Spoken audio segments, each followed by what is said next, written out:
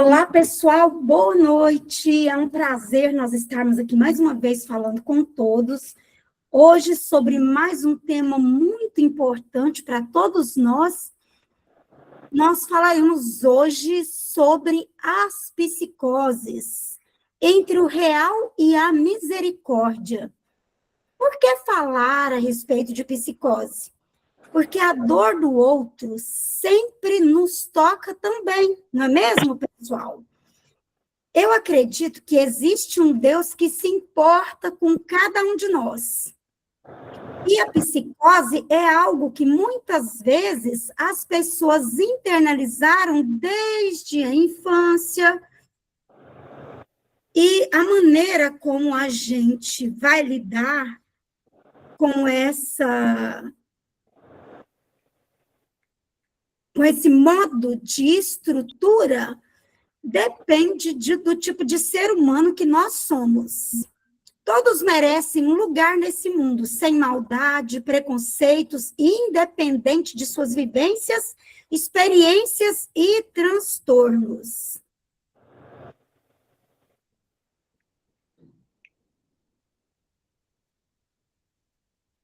Então, pessoal,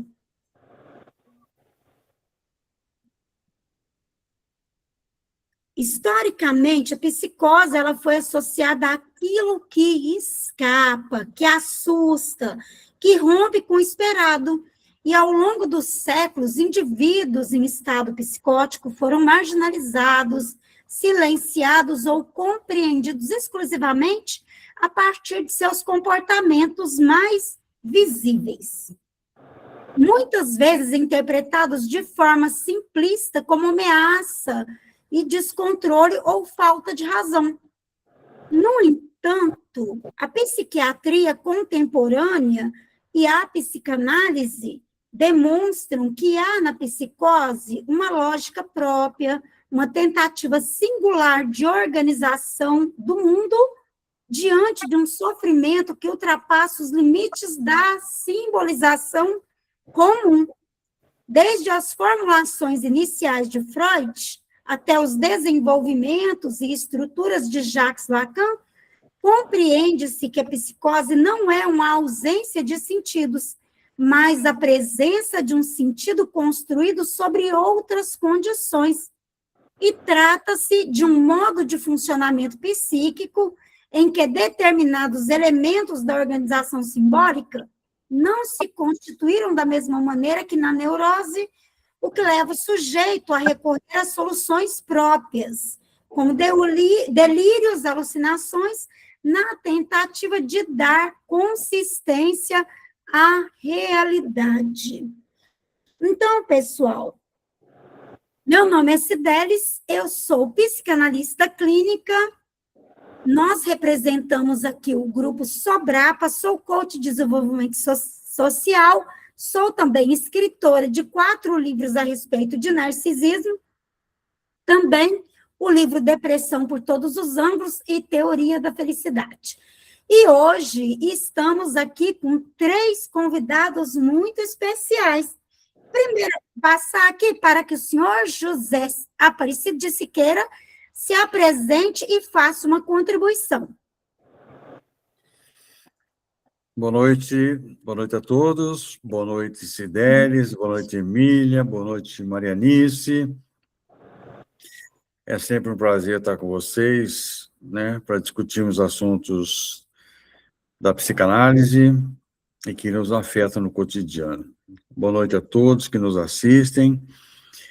Agradeço a oportunidade mais uma vez a Sobrapa, Sociedade Brasileira de Psicanálise e Autismo. Eu sou o professor Siqueira, conhecido como tal. Eu sou psicanalista clínico, pedagogo, mestre em comunicação e letras. E, enfim, eu estou aqui para falar sobre esse tema, né? Que psicose do real à misericórdia. E eu diria que falar sobre esse tema, psicose, neurose, perversão, E isso nos atinge diretamente, né? Que todos nós temos um pouquinho de cada um desses, né? E, e quando foi sugerido o tema para discutirmos, para falarmos, né? Eu pensei nessa palavra maravilhosa, que é misericórdia, né? Misericórdia é ter dó do outro, né? Miserável, cordes, coração. Então, eu tenho dó do coração do outro. É diferente do narcisismo, né? Narcisismo, eu me preocupo com o meu coração. A misericórdia, eu me preocupo com o coração do outro. Então, é muito interessante isso, que nós tragamos esse assunto para discutir, porque vocês podem indagar, né? Por que falar de misericórdia, uma palavra fortíssima? O que tem a ver a misericórdia com psicose, né? E então, eu diria que, como eu disse, misericórdia não é só ter pena, né? É ter o coração afetado pela dor alheia a ponto de agir. Então, como a psicose hoje é compreendida de forma muito mais complexa, plural e menos estigmatizante do que no passado. Ela deixou de ser vista apenas como loucura. Vejo que nós estamos falando da modernidade, da contemporaneidade, né? E a psicose deixou de ser vista apenas como loucura, ou ruptura total com a realidade, mas passou a ser entendida como uma forma específica de funcionamento psíquico, com implicações clínicas, sociais e culturais. Veja a abrangência disso aí, né? Nós estamos inseridos numa sociedade, estamos inseridos em grupos. Aqui nós estamos, por exemplo, em 4 pessoas, fora os que estão nos assistindo, que porventura irão nos assistir, mas é interessante que nós estejamos falando da mesma linguagem, né? E com certeza nós vamos, depois a Marianice vai se manifestar, a Emília também, Cideres, e nós vamos congregar as nossas falas em torno desse tema. Hoje a psicose não é uma coisa única, é um conjunto de experiências, eu diria, que pode aparecer em diferentes quadros. Pode aparecer na esquizofrenia, pode aparecer no transtorno bipolar, pode aparecer na depressão psicótica. Então, de que forma isso se manifesta? Através de delírios, né? Crenças. Por exemplo, o esquizofrênico, ele tem sensações de que está sendo perseguido, né? Ele ouve vozes. Então, essa questão provoca, a psicose provoca alucinações, né? Principalmente auditivas, conforme eu disse, é bem característico isso no esquizofrênico, ele ouve vozes, né? Vozes de comando, e isso é um perigo, né? Porque pode levar a um suicídio, dependendo do estado que a pessoa se encontra, que o sujeito se encontra, ele pode cometer atitudes suicidas, atitudes homicidas, porque ele ouve vozes alucinatórias, né? Então, e tem uma desorganização de pensamento. Hoje, há uma mudança importante. A psicose é vista como um espectro, não como algo tudo ou nada. Ou seja, algumas pessoas têm episódios leves, claro, né? Isso varia. Outras vivem bem com o tratamento. Nem toda psicose leva à incapacidade. Isso eu acho que vai ser discutido ao longo da nossa fala aí, né? Para Freud, para Sigmund Freud, pai da psicanálise, a psicose envolve retirada da libido do mundo externo e envolve a reconstrução da realidade por meio do delírio. O delírio não é erro. Não podemos caracterizá-lo assim. Você está errando. Não. É uma tentativa de cura, até, né?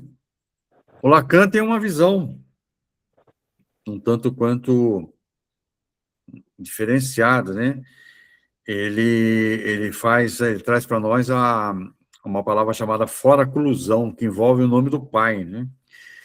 Que é um significante fundamental no sujeito. E essa foraclusão, ela gera um vazio, um buraco na estrutura simbólica.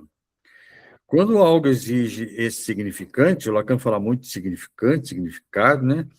Porque o Lacan ele vai buscar no Ferdinand Saussure, que é o pai da linguística, esses termos.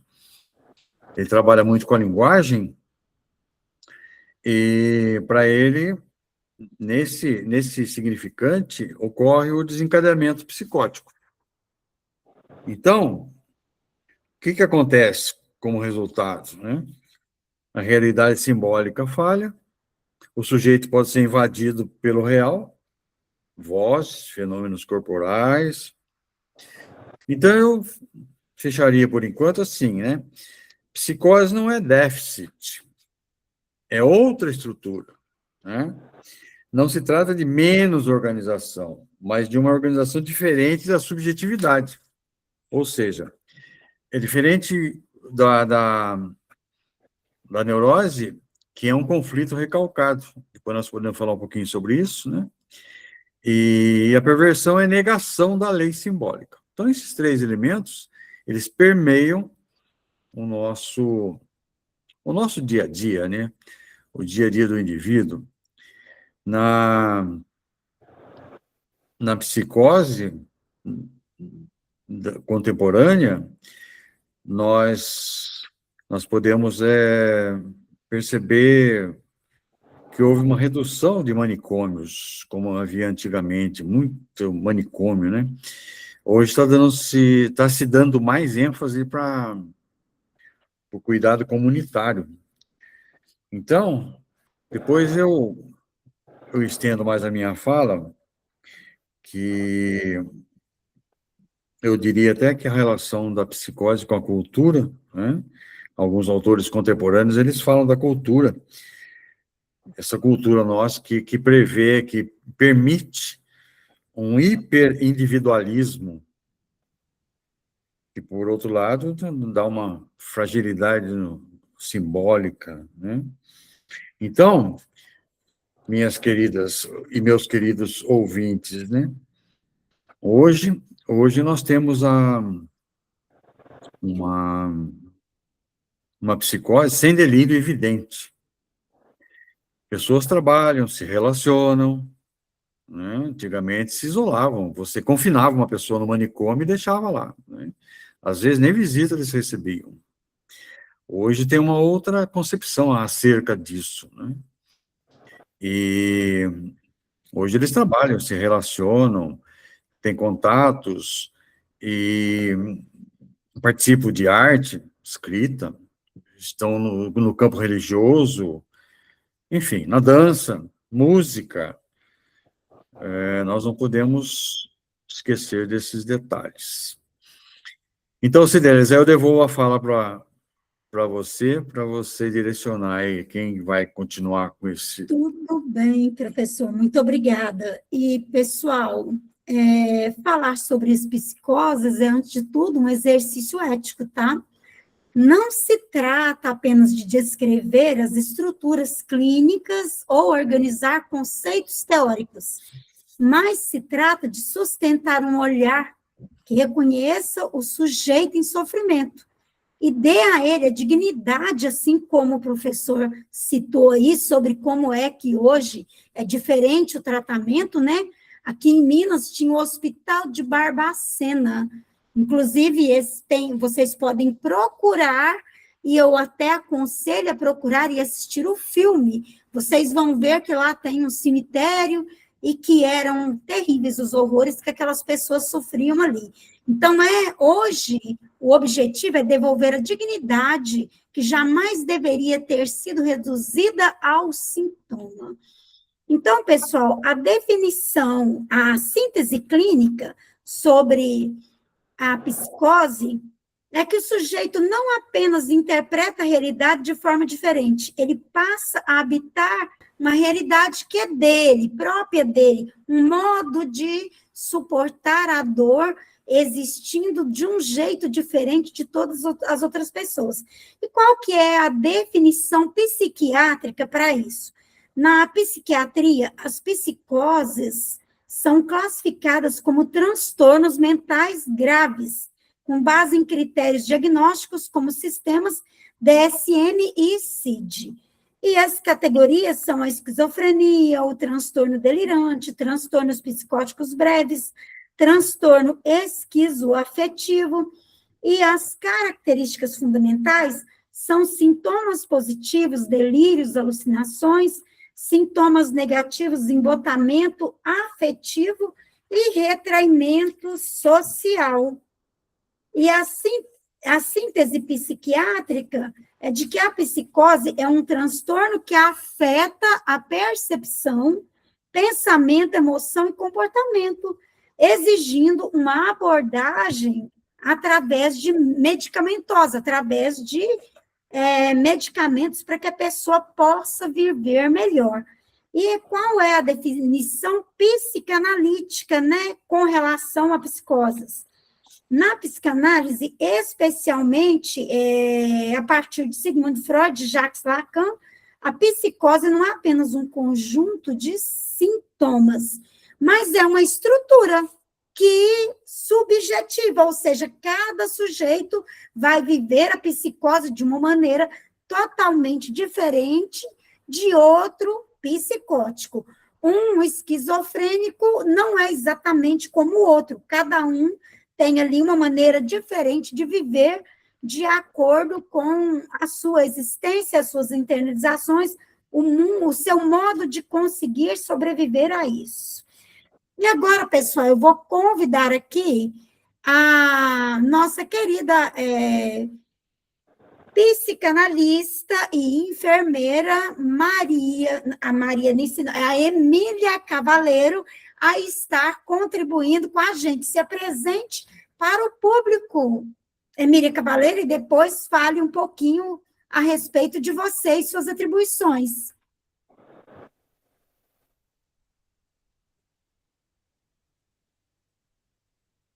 Emília?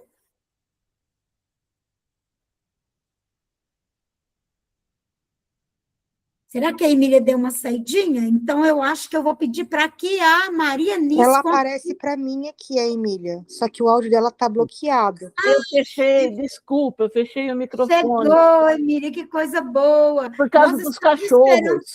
Você se apresente e se apresente, fale de você e depois faça a sua contribuição para o público com relação à sua primeira fala aí, que você fez pesquisas para contribuir aqui com a roda de conversas.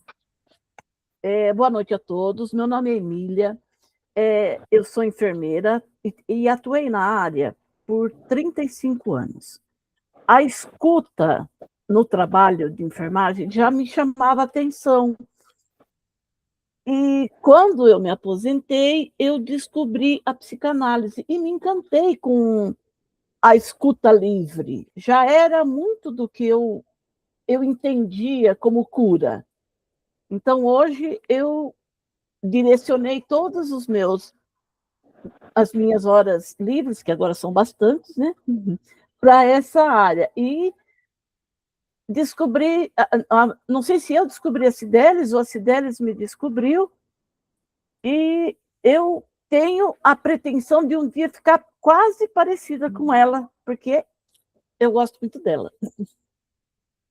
Bom, desculpa a rasgação de seda. Também gosto muito de você e pode ter certeza que você vai ficar muito além, viu?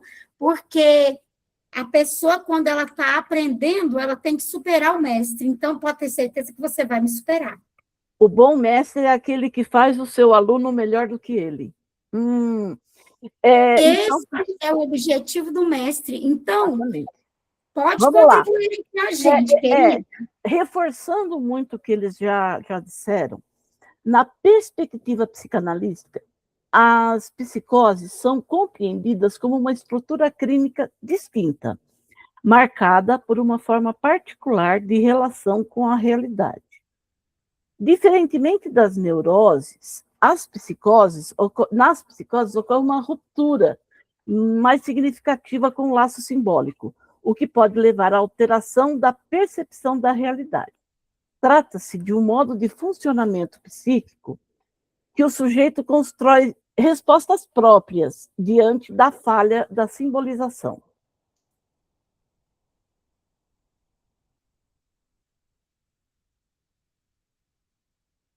Cidelis, Muito obrigada, Emília. E, pessoal, a psicose, ela envolve uma ruptura com a realidade, assim como a Emília contribuiu, seguida de uma reconstrução via delírio, mecanismo, rejeição. E em Lacan, ele fala da psicose como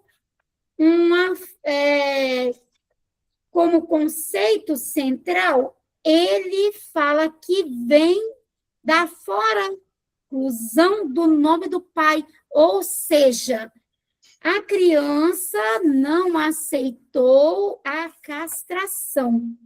O pai, ele vai castrar, vai haver a castração, vai haver a criança no início, ela imagina que a mamãe e ela são um só, de 0 a 6 meses, que os dois são um único ser. Depois começa a época da frustração, a criança começa a perceber que existem outras pessoas, que a mamãe vai interagir com essas pessoas. Com o tempo, ao longo da vida, é o objetivo e o dever do pai estar fazendo com que a criança entenda que existe, que a criança não é da mamãe, mas que a criança tem ali o papai. E isso o psicótico não aceita. Ele tem essa dificuldade de aceitar, ele não consegue aceitar. Então, vai haver uma falha na inscrição de um significante de acordo com Lacan, que é fundamental para essa simbolização.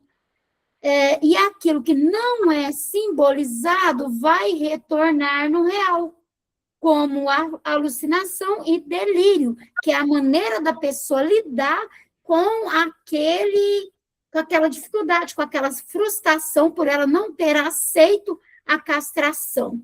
E na síntese psicanalítica, a psicose é uma forma de organização do sujeito que é marcada por uma falha estrutural.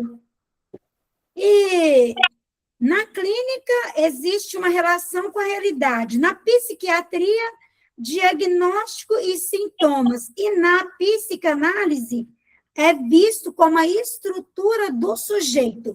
Na psicanálise, nós temos neurose como estrutura, psicose como estrutura, e também temos perversão como estrutura. E todos nós, às vezes temos uma ou outra. E muitas vezes nós convivemos com pessoas de todas as estruturas, e isso não significa doença patológica exatamente. Não totalmente. No caso da psicose, sim, principalmente, dependendo do grau, cada vez mais é preciso de algum medicamento.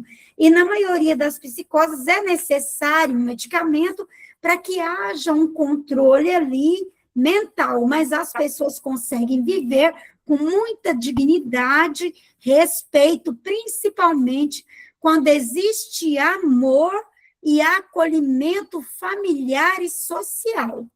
Então, nós devemos desfocar o olhar da estranheza para a escuta e do julgamento para a compreensão, da exclusão para a ética do cuidado. Então, nós devemos deixar de pensar em excluir e passar a entender que nós precisamos acolher, ter a ética do cuidado e do amor, porque todos nós temos as nossas dificuldades. E aí, com essa fala, eu convido a professora Maria Nice, psicanalista clínica, a estar se apresentando e contribuindo conosco. Boa noite, professor José Siqueira, professora Cidelis. Boa noite, boa noite. Boa noite. Emília Sobrapa, que está também nos acompanhando. Eu sou Marianice Lisboa de Freitas, sou psicanalista clínica e graduanda em psicanálise e psicoterapia.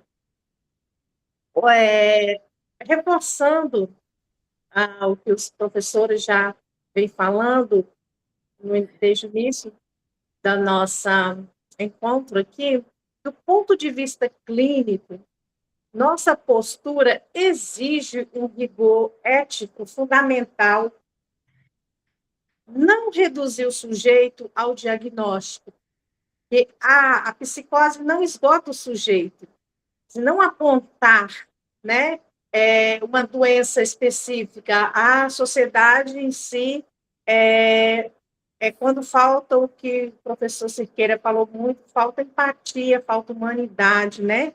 Misericórdia,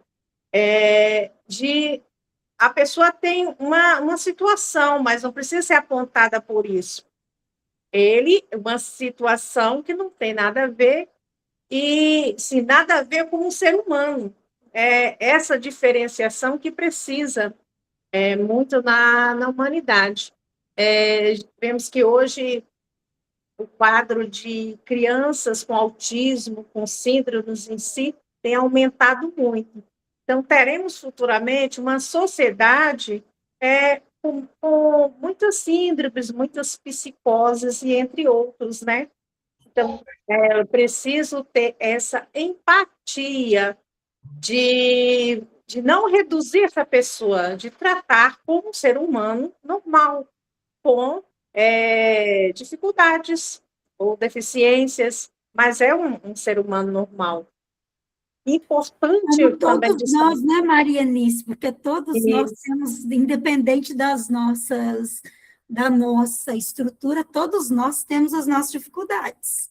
Todos nós temos, mas é isso aí. Não precisamos ser reduzidos a uma deficiência, a um problema, especificar, né, a pessoa a partir daí. É importante destacar que o avanço da psiquiatria, o uso adequado de medicação, muitos sujeitos psicóticos conseguem estabilização significativa.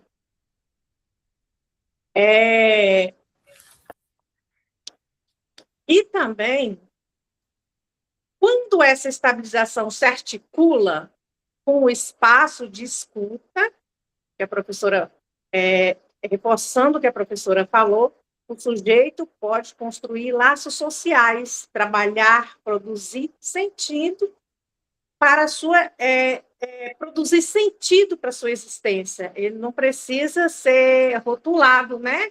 Ser reduzido, rotulado, viver numa sociedade que é miscigenada com todo mundo. Todos nós temos uma coisinha aqui, outra ali. Ninguém é perfeito. Mas aquelas pessoas que sempre apresentam uma situação mais esclarecida, às vezes a sociedade em si tende a rotular, né? Reduzir essa pessoa àquele diagnóstico, aquele problema. Isso que a gente, como psicanalista, tem essa necessidade, esse dever de estar buscando meios de mudar essa visão social. E quando essa estabilização se articula com o espaço de escuta, o sujeito pode construir laços sociais. Então, convivência social, vem a questão da empatia, da inclusão, né, para que essa pessoa sinta a sua existência fazer sentido. Não se sentir isolado, não se sentir diferente das outras pessoas. Devemos também construir o imaginário, desconstruir o imaginário perigoso, né? Que o psicótico, ele necessariamente alguém violento ou incapaz.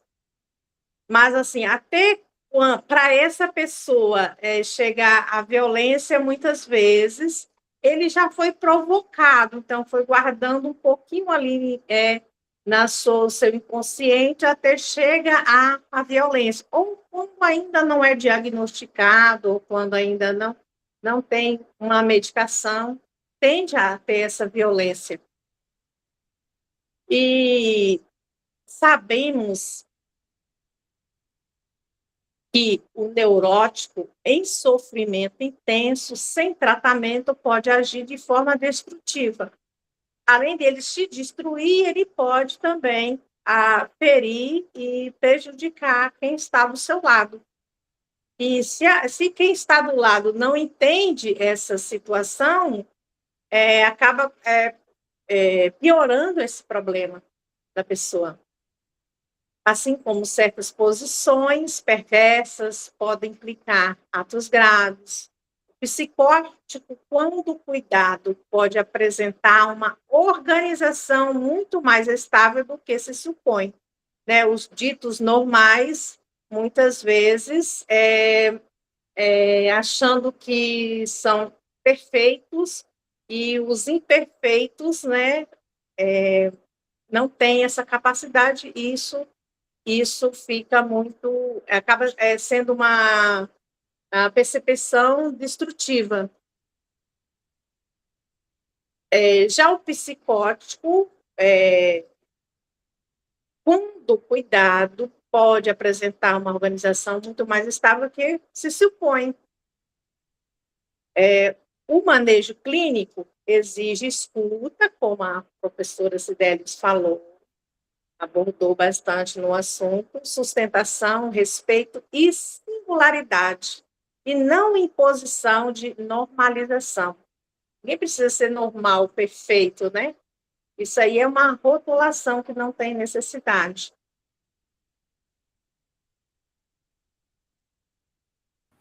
Muito bem, professora Marianice, a gente agradece a sua contribuição maravilhosa, foi de grande ajuda para nós. Então, pessoal, abordar a psicose exige enfrentarmos uma questão delicada, que é aprender a sustentar a empatia diante de atos que, por vezes, podem ser vividos como dolorosos. Por quê? Porque o psicótico, se a gente passar a compreender cada um dos casos, no caso de os familiares, o familiar do autista compreender o autista, o familiar da pessoa que ela tem uma psicose diferente, como a esquizofrenia ou o transtorno delirante, passar a compreender ali como agir com ele. E também a ter ali a ajuda, né? Ajuda ao acompanhamento psiquiátrico, uma pessoa leva uma vida muito mais normal, muitas vezes, do que, como disse a Marianice, um neurótico que não foi tratado. Já eu vou te chamar, minha linda, viu, Lânia? E, então, é necessário que a gente tenha essa empatia por aqueles que têm esse tipo de transtorno e com as pessoas que convivem com o sujeito.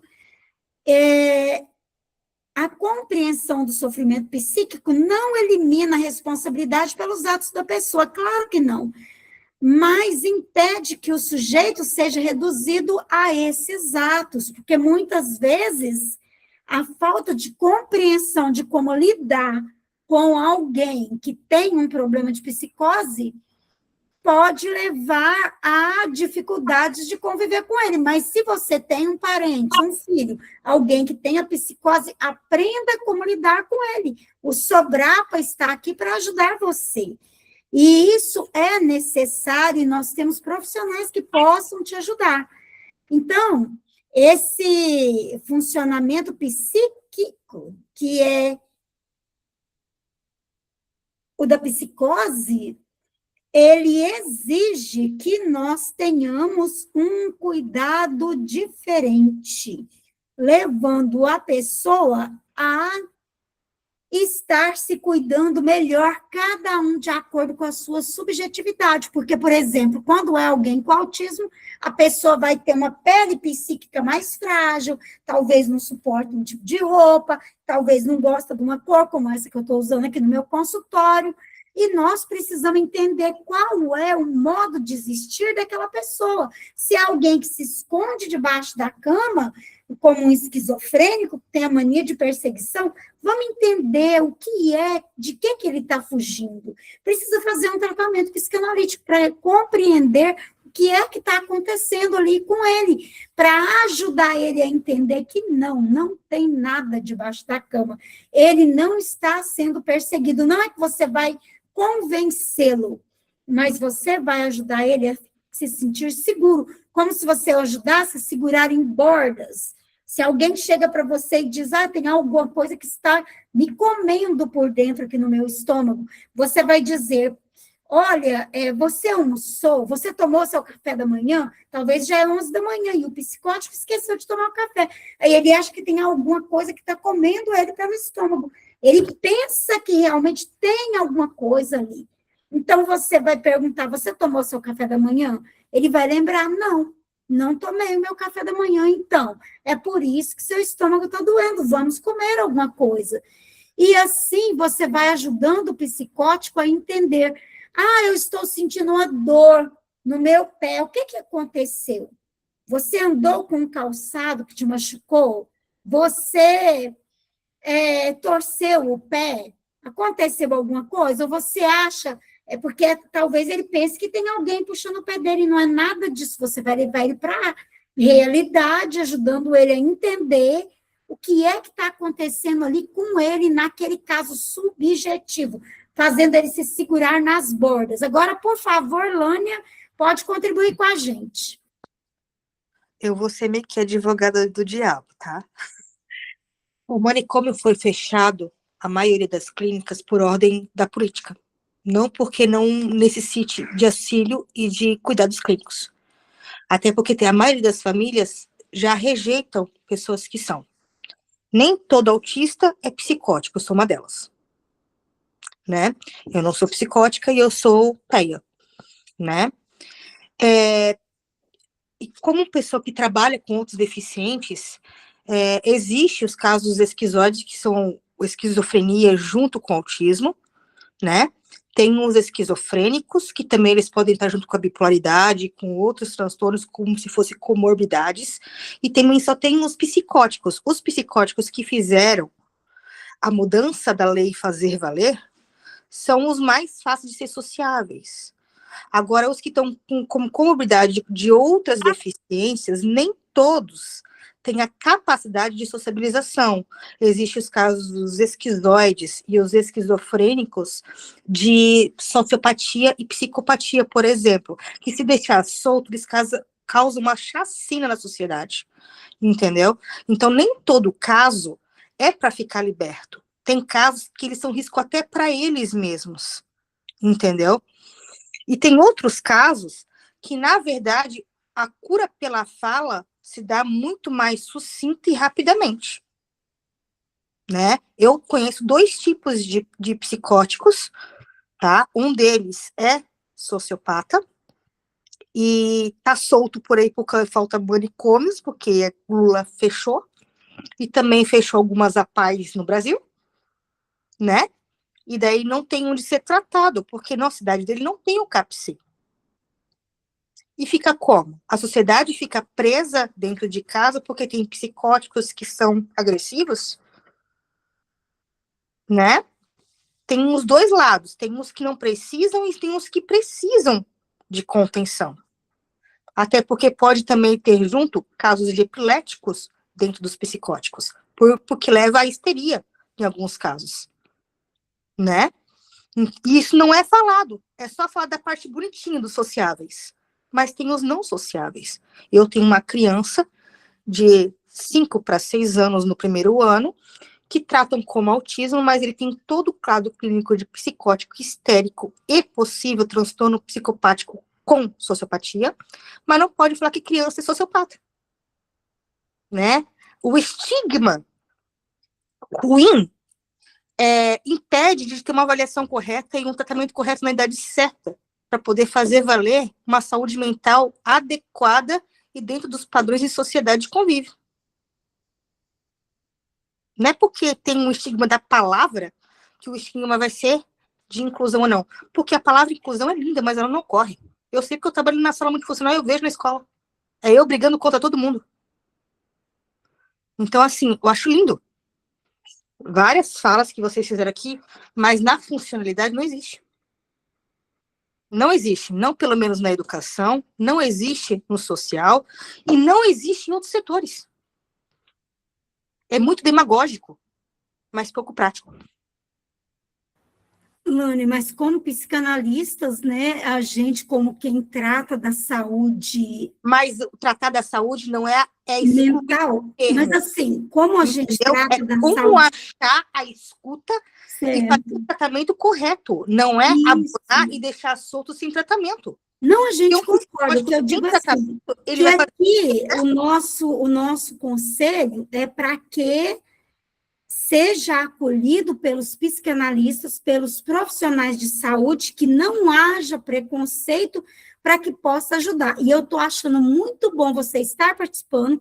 Até porque hoje eu assim, sofri dentro de um grupo de psicanalistas e futuro neuropsicanalistas com uma fala de uma colega que julgou o outro por postar um vídeo de uma inclusão pedagógica.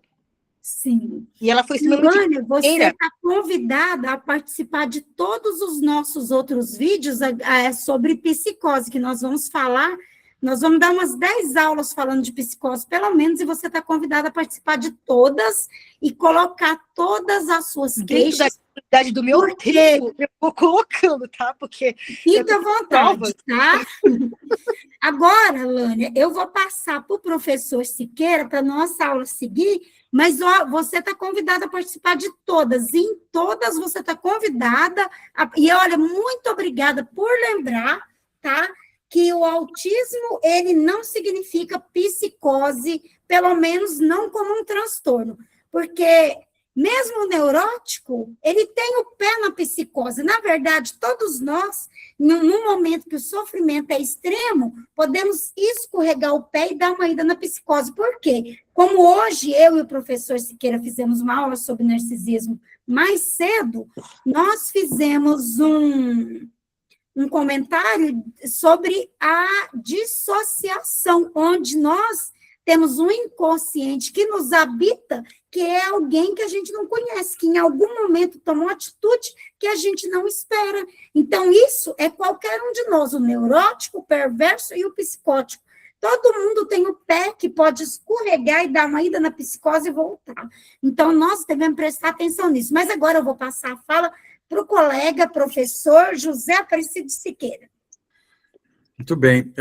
Hoje à tarde, Sidélias, nós falamos sobre narcisismo vulnerável e eu aproveitaria o ensejo para fazer uma ponte com a questão da misericórdia, né? Que nós não fugimos disso, né? Nós temos um pouquinho de narcisismo, todos nós, quer seja grandioso, vulnerável, primário, secundário, nós já discutimos isso à beça hoje à tarde, mas eu localizei uma oração hoje interessante que fala assim: Senhor de toda compaixão, tu vês minha miséria quando ninguém mais vê. Vês o buraco que sinto no peito quando não sou notado. Vês o pavor de ser desmascarado, de descobrirem que não sou nada.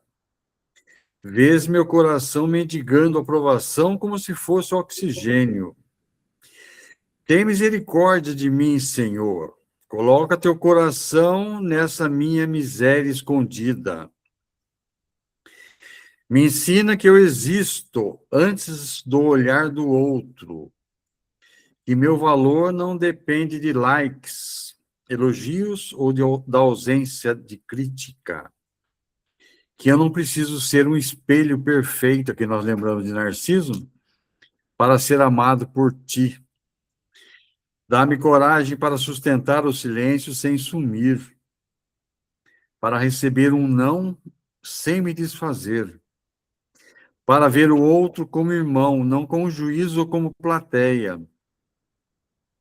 Que tua misericórdia me baste, para que eu possa, aos poucos, tirar meu coração de cima de mim e colocá-lo na miséria do meu próximo. Jesus, manso e humilde de coração, fazei o meu coração semelhante ao vosso. Muita gente conhece essa oração. Amém. Então, eu acho que isso aqui tem um pouco de fenomenologia, que é uma área do Heidegger, né? Fenomenólogo, é uma outra área da psicanálise, e que faz um diálogo perfeito com relação à nossa fala de hoje à noite, né? De agora, sobre misericórdia, real, misericórdia, enfim, né? A questão do eu, a dor do real, né? O que é essa dor do real? Lacan fala que o real não é a realidade, mas aquilo que não pode ser simbolizado, não tem nome. Na psicose, isso aparece de forma intensa, porque há falha na mediação simbólica. Nós já falamos disso aí de tarde, fora a oclusão. Como é que isso aí se manifesta, né? Nós estamos falando do real à misericórdia. Como é que é isso, né? Nós falamos de esquizofrenia, nós falamos de alucinações, são vozes que invadem sensações corporais estranhas, certezas absolutas, os delírios, né? Então, o sujeito não interpreta isso. Ele é atingido diretamente. Por que dor, né? Que essa dor do real? Não, porque não pode ser elaborado, não pode ser colocado em palavras facilmente. É uma experiência de excesso, invasão e desamparo.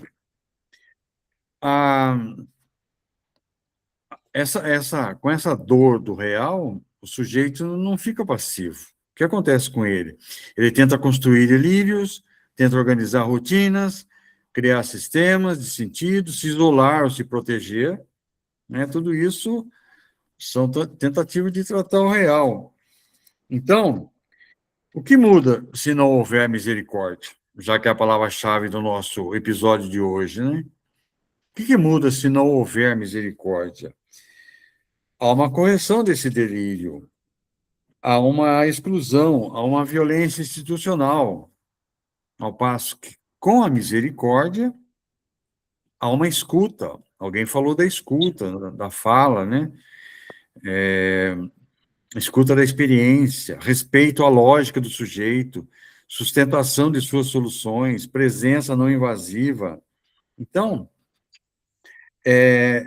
quando a gente escuta na clínica, Cidelis, Emília e Marianice, a gente escuta sem julgamento, sem ridicularizar. É isso que nós estamos falando ao longo da nossa conversa, né? Não é porque ele tem psicose, tem surtos psicóticos, que nós vamos ridicularizar em público.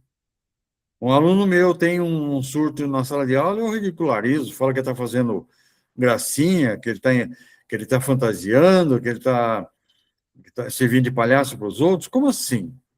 Que discurso é esse? Que discurso é esse de um professor, de um psicanalista que fere as pessoas, né? Não conhece, né? Então, eu tenho que apoiar essas suplências do sujeito, na verdade. Eu tenho que saber intervir quando há risco de qualquer violência, de qualquer coisa que possa acontecer com ele, né? Tem que protegê-lo sem violentar. Então, uma coisa interessante que eu queria falar para vocês, que da dor do real à misericórdia, o encontro traumático com o real, ao encontro traumático com o real. As tentativas do sujeito para reorganizar isso aí. A posição ética, falou-se muito em ética do clínico, né, que acolhe, sustenta e não violenta. Então, esse da dor do real, a misericórdia, eu diria que, historicamente, associada à ruptura com a realidade e a exclusão social, vem sendo progressivamente ressignificada na clínica contemporânea. Hoje nós pensamos diferente, já foi dito que havia manicômios antigos, pessoas eram jogadas lá, desprezadas, esquecidas, né? Tem filme que fala sobre isso, e longe de ser compreendida apenas como déficit ou desorganização, passa a ser concebida como um modo singular de estruturação psíquica, que exige uma escuta específica e uma ética própria. Então, quando nós falamos em dor do real na misericórdia, permite sintetizar esse deslocamento do reconhecimento do sofrimento psíquico radical e respeita a singularidade do sujeito, né? Na teoria psicanalítica, já estou caminhando para o fim, especialmente a partir do ensino de Lacan, o real não se confunde com a realidade empírica. Trata-se daquilo que escapa à simbolização, que não pode ser plenamente representado pela linguagem e que irrompe de forma disruptiva na experiência do sujeito. Já na psicose, essa irrupção do real ocorre de maneira particularmente intensa, devido à falha da inscrição simbólica de um significante fundamental. O que é isso, né? É a foraclusão do nome do pai. E, clinicamente, como é que isso é manifestado?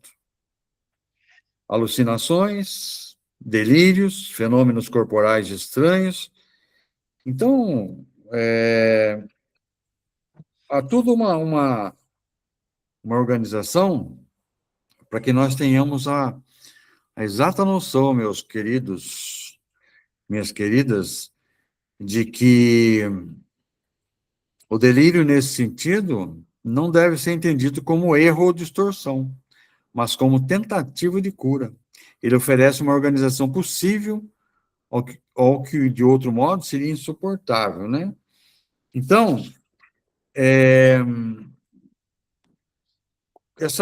esse termo misericórdia, só para fechar o meu assunto, eu já disse no começo a etimologia, né? Misere, tenha dó, cordes, tenha dó do meu coração. Nesse contexto, não deve ser confundido com piedade ou assistencialismo. Isso é importante que se diga. Trata-se de uma posição ética que implica reconhecer a dor do outro sem reduzi-lo a ela, e oferecer um espaço onde sua experiência possa ser acolhida e trabalhada. Tá? A misericórdia na nossa clínica, ela funciona como o quê? Uma escuta que não julga nem ridiculariza. Uma presença constante e confiável. O respeito às invenções do sujeito, que parece que o sujeito inventa, ele está alucinado, ele está inventando coisas, né? Eu tenho que respeitar isso. E a recusa da violência simbólica. Então, e aqui eu deixo vocês concluírem que a gente tem que ter uma ética do cuidado para não eliminar a psicose, mas tornar possível uma forma de vida que não seja destruída por ela. Trata-se, em última instância, de afirmar a dignidade do sujeito em sua diferença e de sustentar uma prática clínica que, em vez de corrigir, acolhe e acompanha o nosso paciente. Aqui eu deixo vocês, devolvo a fala para Cideres, Nice e Emília. Obrigado. Então, logo, logo eu te convido novamente, tá, Lânia? Eu vou deixar uma das meninas falar e depois eu convido você outra vez. Tá então, bom. Pessoal, é necessário que haja uma articulação entre ciência e humanidade. A noção de misericórdia, ela emerge da necessidade de um olhar que possa fazer com que o sujeito seja reconhecido na complexidade da existência dele, com os seus delírios, com a sua maneira de ver o mundo, com todas essas subjetividades que cada um carrega, porque cada um vai ouvir vozes, outro vai ter delírios, E dessa maneira vai ser diferente a maneira de cada um existir. Mas no caso de psicoses, é necessário sim que haja uma união entre o trabalho do psicanalista com o psiquiatra para que haja a cura pela fala, mas ao mesmo tempo também haja a ajuda medicamentosa, porque vai controlar os hormônios que vão ajudar a pessoa a lidar com as suas dificuldades psíquicas. E não estamos isentando o sujeito das suas ações quando a gente fala em misericórdia. Não é condescendência, nem apagamento de limites, mas é uma forma de reconhecer que há um sofrimento, sim. Que há um sofrimento, onde muitas vezes só se enxerga erro. O convite para que nós possamos olhar para a psicose não como um território de estranhamento absoluto, mas como uma expressão humana que, embora marcada por rupturas profundas, pede escuta, pede acolhimento, pede carinho, pede amor, pede atenção.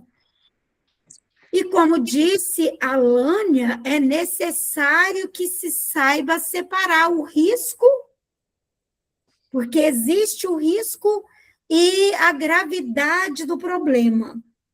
Então, nós, assim, dessa maneira, nós estaremos reconhecendo a responsabilidade que vai estar compartilhada entre o real, que irrompe, e a tentativa de dar formas. Que existe um sujeito, né, que está sofrendo com um problema que é diferenciado de todas as outras pessoas da sociedade, porque os psicóticos não são muitos assim. Então, agora eu vou passar para que a Emília possa contribuir. Emília, você pode contribuir com essas últimas duas falas que você tem? Fala uma coisa e a outra, para que a gente possa adiantar a roda de conversa, que eu quero também convidar a Lânia a fazer mais uma contribuição. Nas manifestações clínicas, as psicoses podem se manifestar por meio de delírios e alucinações, como já dissemos, que não devem ser compreendidos apenas como um sintoma, mas como uma tentativa do sujeito de reorganizar sua experiência psíquica. Essa produção tem um sentido para o sujeito e deve ser escutada com atenção e sem julgamento, respeitando a lógica interna da sua construção. A escuta clínica, portanto, não busca a correção, mas sim a compreensão. Muito obrigada, minha linda.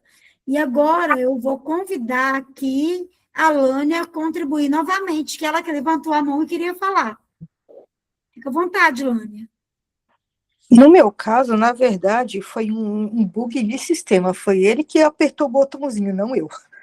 Porque eu estava vendo uma outra coisa aqui no meu celular, eu estou na faculdade, então eu não posso ficar muito tempo respondendo. Eu estou com o meu fone, só quem escuta vocês sou eu, mas o povo falar. Então, no caso, foi um incidente, né? Então, agora, pessoal, eu vou passar para a psicanalista Maria Nice para ela estar contribuindo com a gente.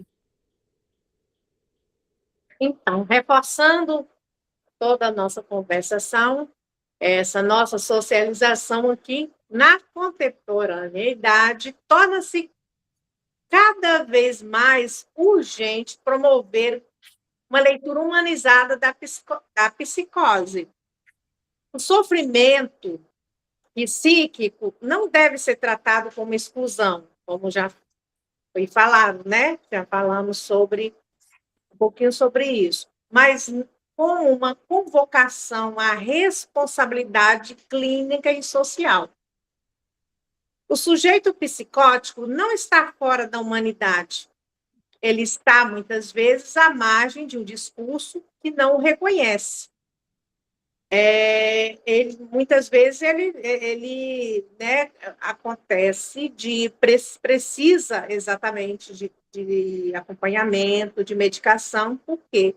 Para que não fuja desse da realidade e acaba se tornando perigoso para quem está por perto. Então, pessoal, na prática, nós percebemos que o sujeito, ele apenas interpreta de uma forma diferente a sua realidade. Ele constrói uma realidade que é própria dele. Os delírios, por exemplo, não são dúvidas, são certezas para aquela pessoa. Por isso é necessário que haja medicamento. Por quê?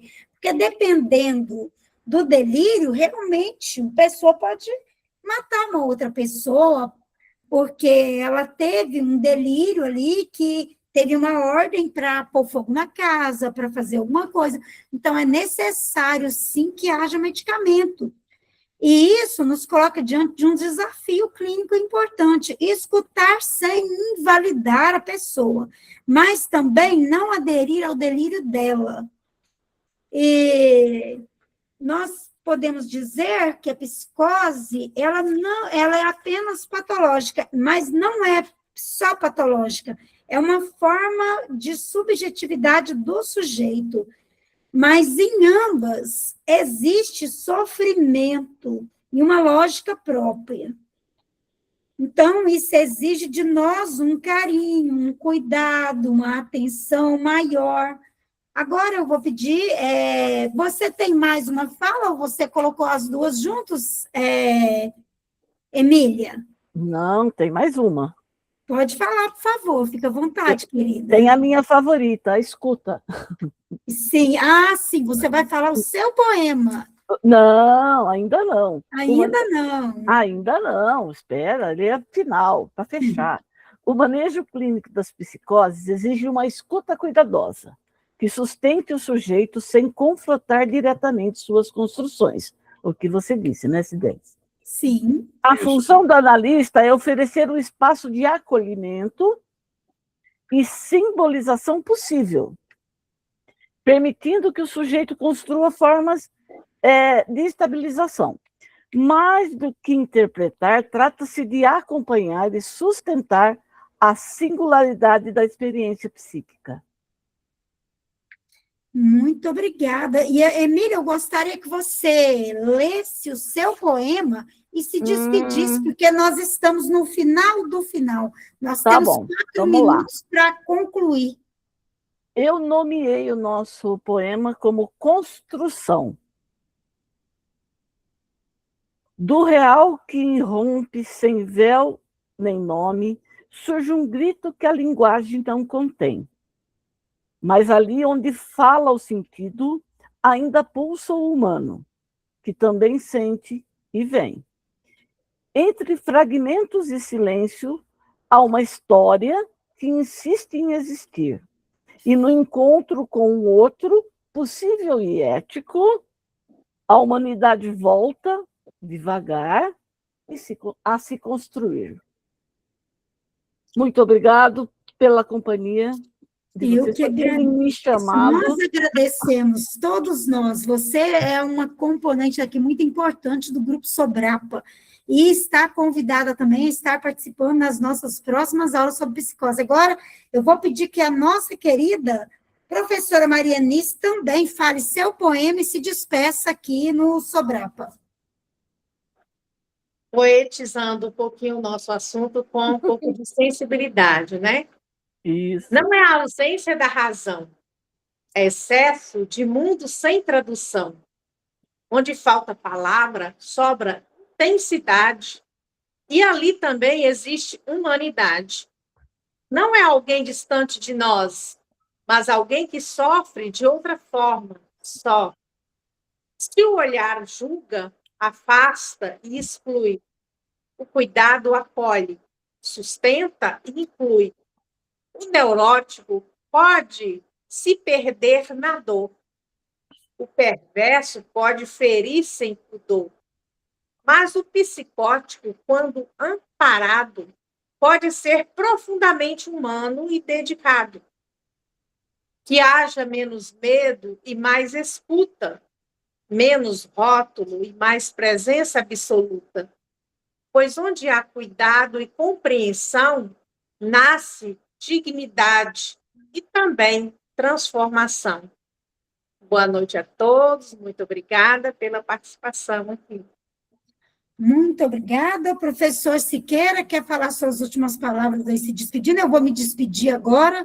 Muito obrigada a todos pela participação. O Grupo Sobrapa, que é representado por todos nós, agradece ao canal Coisas de Cideles e também a todos que estão nos assistindo aqui pelo Grupo Sobrapa e que vão nos assistir depois. Muito obrigada a todos. Eu tive um surto psicótico agora aqui. Agora eu fiquei com inveja das duas meninas. Vou falar para vocês um poema sobre misericórdia. Muito Já bem. que a palavra nossa maravilhosa foi essa hoje, né? Sim. Então, é assim, como é que eu digo aqui? Me perdi aqui agora. Misericórdia. Me perdi. Vai dar certo, professor. Mas tudo bem, tudo bem. É aí que você encontra. Não, eu não vou... Perdi o poema, perdi.